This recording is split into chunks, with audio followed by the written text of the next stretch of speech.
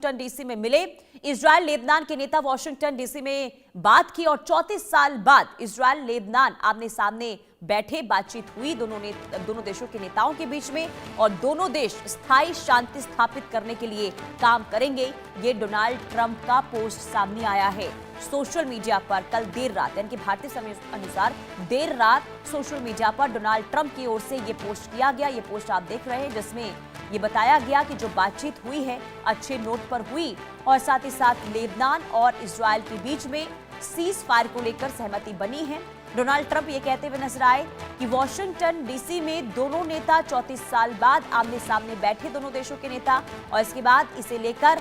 एक विचार विमर्श हुआ कि आगे किस तरीके से सीज फायर को लेकर कदम उठाया जाना चाहिए। यानी अब आगे भी डोनाल्ड ट्रंप की इस पोस्ट के मुताबिक कि आगे अब ये इन दोनों देशों के नेता स्थायी तौर पर कैसे युद्ध विराम हो, इसे लेकर काम करते रहेंगे। तो कुल मिलाकर डोनाल्ड ट्रंप ये भी कहते हुए नजर आए कि 9 देश ऐसे हुए हैं जिसमें डोनाल्ड ट्रंप यानी कि अमेरिका की भागीदारी की वजह से शांति स्थापित हुई है। यानी कि क्रेडिट लेते हुए डोनाल्ड ट्रंप नजर आए, उन्होंने कहा कि अब हम आगे 10वें देश की ओर रुख करेंगे। यानी कि एक तरफ सीज फायर हुआ, ये राहत की खबर जरूर है, और ऐसे में इसका पूरा का पूरा क्रेडिट डोनाल्ड ट्रंप लेते हुए नजर आ रहे हैं। ये बड़ी खबर हम आपको बता रहे हैं क्योंकि बीते 45 दिनों से हाहाकार मचा हुआ था लेबनान के अंदर, और इसके बाद एक सहमति इजरायल और लेबनान के बीच में बनी, और इसके बाद ये ऐलान हुआ कि इजरायल और लेबनान दोनों एक दूसरे पर हमला 10 दिनों में नहीं करेंगे, यानी कि 10 दिन का ये सीज फायर है। हालांकि कोशिश आगे ये भी होगी कि ये सीज फायर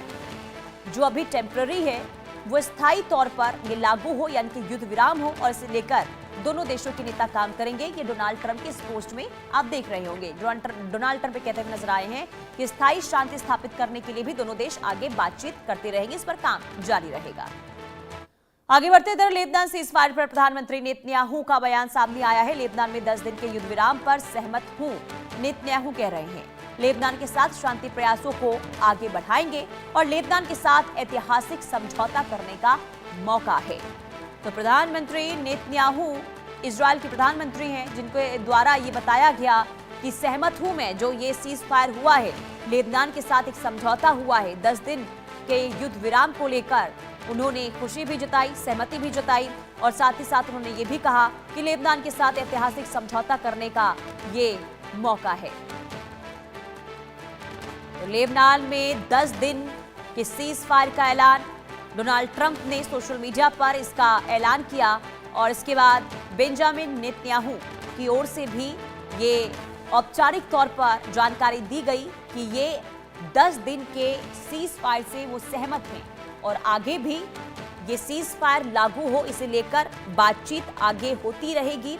और लेबनान के साथ ऐतिहासिक समझौता करने का मौका है, ये कहा गया है बेंजामिन नेतन्याहू की ओर से। अब आगे ये देखना होगा कि आखिर कौन से वो मुद्दे रही, कौन सी ऐसी शर्त रही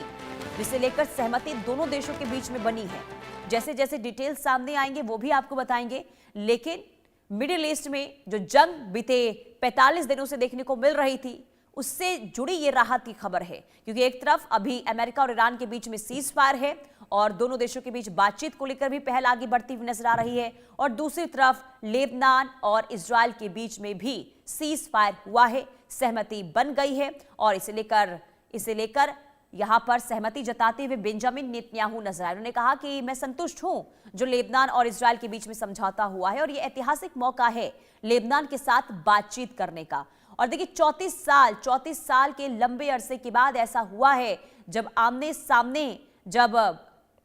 बातचीत के टेबल पर दोनों देश बैठे हैं तो इसमें एक सहमति बनी है, और ये बहुत राहत की खबर है उन लोगों के लिए जो लगातार इजरायली हमले से लेबनान छोड़ने को मजबूर हो गए थे। लेबनान में वो हालात हो गए थे कि लोग अपना घर द्वार छोड़कर किसी अन्य जगह पर जाने को मजबूर हो गए थे।